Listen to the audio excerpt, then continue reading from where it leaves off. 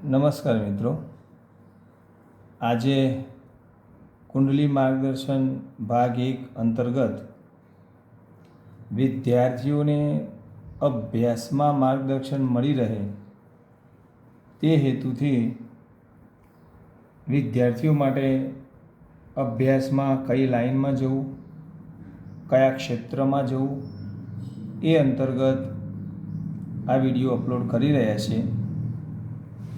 તો ધોરણ 10 પછી દરેક વિદ્યાર્થી ભાઈ અને બહેનને પ્રશ્ન હોય છે કે અમારે કયું ગ્રુપ રાખવું.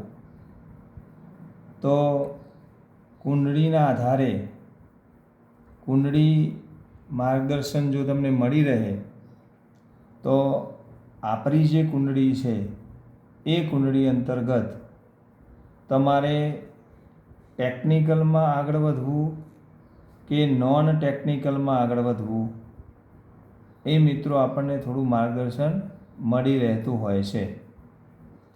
તો શરૂ કરીએ છીએ.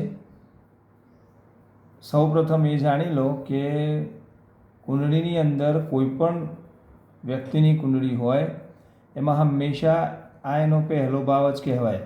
નંબર કોઈ પણ હોય, નંબર 1 હોય એટલે એને પહેલો ભાવ કહેવાય એવું ના હોય. નંબર 2 હોય એટલે એને બીજો ભાવ કહેવાય એવું ના હોય. કોઈ પણની કુંડળી હોય આ હંમેશા પહેલો ભાવ જ કહેવાય, આ બીજો ભાવ, આ ત્રીજો, એ રીતે મિત્રો આ ચોથો, આ પાંચમો, આ છઠ્ઠો, આ સાતમો, આ આઠમો, આ નવમો ભાવ, આ 10મો ભાવ, આ 11મો ભાવ અને આ 12મો ભાવ. કુલ કુંડળીની અંદર 12 ભાવ હોય છે મિત્રો અને 12 રાશિ હોય છે.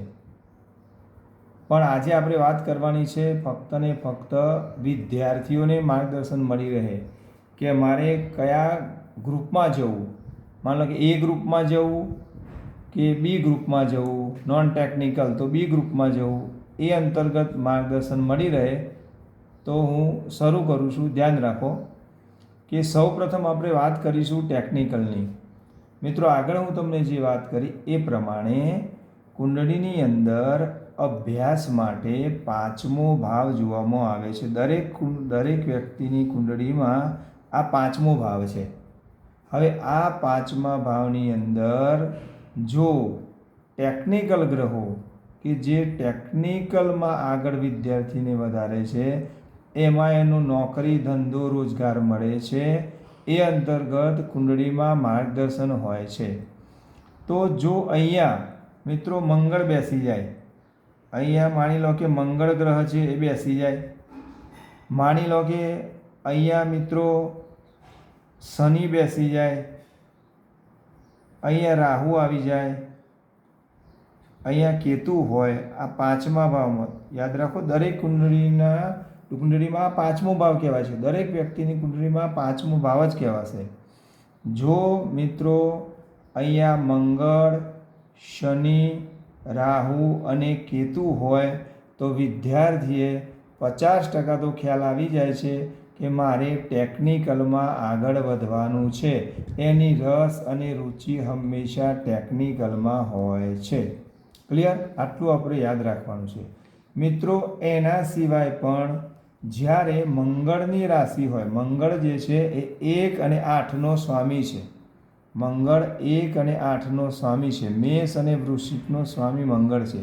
જો અહીંયા મિત્રો 1 અને 8 નંબર હોય, આ 5મા ભાવમાં 1 અને 8 નંબર હોય તો પણ તમે ટેકનિકલમાં જઈ શકો છો.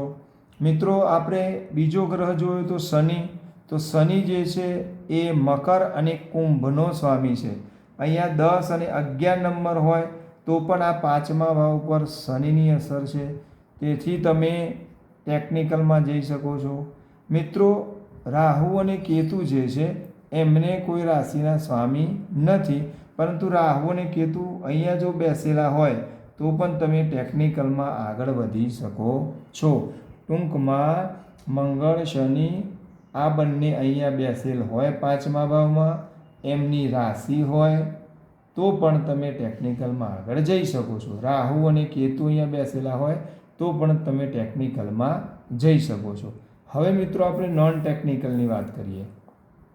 નોન ટેકનિકલમાં મિત્રો નોન ટેકનિકલ માટે જો અહીંયા ચંદ્ર આવી જાય, અહીંયા હું લખ્યું છે ચંદ્ર, તો અહીંયા ચંદ્ર બેસી જાય, મિત્રો અહીંયા બુધ બેસી જાય, અહીંયા ગુરુ આવી જાય કે અહીંયા શુક્ર આવી જાય. આ 4 ગ્રહમાંથી ફરીવાર ચંદ્ર છે, બુધ છે, ગુરુ છે અને શુક્ર છે. આ 4 ગ્રહમાંથી અહીંયા 5મા ભાવમાં કોઈ પણ એક ગ્રહ હોય, એકથી વધારે ગ્રહો હોય તો ચોક્કસ તમે બી ગ્રુપ રાખીને આગળ વધી શકો છો. નોન ટેકનિકલમાં મિત્રો તમે જઈ શકો છો. એના સિવાય આપણે આગળ જોયું કે ચંદ્ર એ કર્ક રાશિનો માલિક થાય છે, એટલે અહીંયા 4 નંબર હોય તો પણ તમે નોન ટેકનિકલમાં જઈ શકો. બુધ છે 2 રાશિનો સ્વામી છે, મિથુન અને કન્યા, તો 3 અને 6 નંબર હોય તો પણ તમે ટેકનિકલમાં જઈ શકો છો. અહીંયા મિત્રો જો ગુરુ હોય તો ઉત્તમ હોય છે, કારણ કે વિદ્યાનો કારક ગુરુ હોય છે, અને જો 9 અને 12 નંબર પર જો ગુરુ બેસી જાય તો પણ તમે નોન ટેકનિકલમાં સારી પ્રગતિ કરી શકો છો. અને અહીંયા શુક્ર બેસેલ હોય અને 2 અને 7 નંબર ઉપર શુક્ર બેસેલ હોય તો પણ તમે મિત્રો નોન ટેકનિકલમાં સારી પ્રગતિ કરી શકો છો.